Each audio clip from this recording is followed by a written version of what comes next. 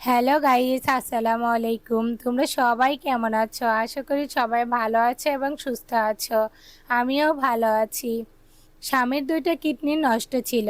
আমি আমার একটা কিডনি দিয়ে তাকে বাঁচালাম। তারপরও সে আমাকে ভুলে গেছে। গল্পটি শুনতে হলে গল্পটি না টেনে সম্পূর্ণ গল্পটি দেখতে থাকুন। আমার নাম মিম। বিয়ের 8 বছর হয়ে গেছে। আমার স্বামী রাব্বি। প্রথমে খুব ভালোবাসতো, অন্তরে তাই মনে হতো। তবে সংসারে ভালোবাসার সময়ের সাথে বদলায়, এটা আমি বুঝলাম যখন সে হঠাৎ অসুস্থ হয়ে পড়ে।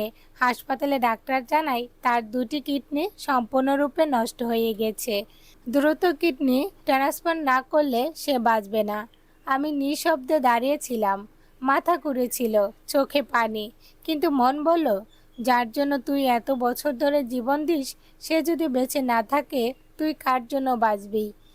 আমি এগিয়ে গিয়ে ডাক্তারকে বলি, আমি দেব কিডনি।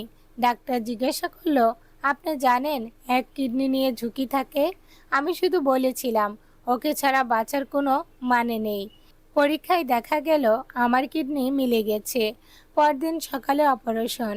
আমি বিছানায় শুয়েছিলাম, ভয় পাচ্ছিলাম, কিন্তু ভাবছিলাম ও বেঁচে থাকবে, ও সুস্থ হবে, ও হয়তো আবার আগের মতো আমায় ভালোবাসবে। আমি নিজের শরীর কেটে দিলাম তার জন্য। কয়েক সপ্তাহ পর রাব্বি সুস্থ হয়ে উঠল। ডাক্তার বলল, তোমার স্ত্রী না হলে তুমি আজ বেঁচে থাকতে পারতে না। সে হেসে বলল, হ্যাঁ জানি। তবে সেই হাসির মাঝে কৃতজ্ঞতা ছিল না, ছিল কেমন একটা ঠান্ডা মন। বাসায় ফিরে আসার পর সব কিছু বদলে গেল।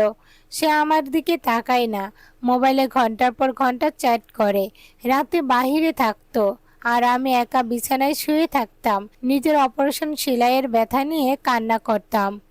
একদিন তার ফোনে আমি দেখলাম একজন মেয়েকে লিখেছে, তুমি ছাড়া আমি বাঁচতে পারবো না। এই লাইনটা আমার বুকটা ছিঁড়ে দিল। আমি জিজ্ঞাসা করলাম, আমি তো তোমার জন্য নিজের শরীরের অর্ধেকটা দিয়ে দিয়েছি, তবু তুমি আমাকে ভুলে গেলে? সে বলল, তুমি বুঝতে পারো না, ভালোবাসা আর কৃতজ্ঞতা এক জিনিস না।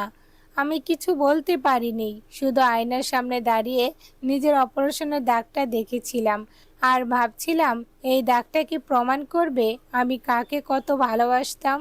আর সে হয়তো অন্য কাউকে নিয়ে ঘুরছে, হয়তো ভালোবাসার নতুন গল্প করছে, কিন্তু আমার শরীরে প্রতিদিন একটা অঙ্গের অভাব মনে করিয়ে দেয়। আমি তাকে নিজের একটা অংশ দিয়ে দিয়েছিলাম। আমি এখন একা থাকি, সন্তানকে মানুষ করছি, তবুও তার মনে একটু কাঁদে না। আমি এখন বুঝি, ভালোবাসা কোনো অঙ্গ দিয়ে প্রমাণ করতে হয় না। ভালোবাসা বুঝে মন, আর মন থাকলে কাউকে ঠকানো যায় না। এই ছিল মিমের গল্প, যে নিজের কিডনি দিয়ে স্বামীকে বাঁচালো, কিন্তু তার মন বাঁচাতে পারলো না।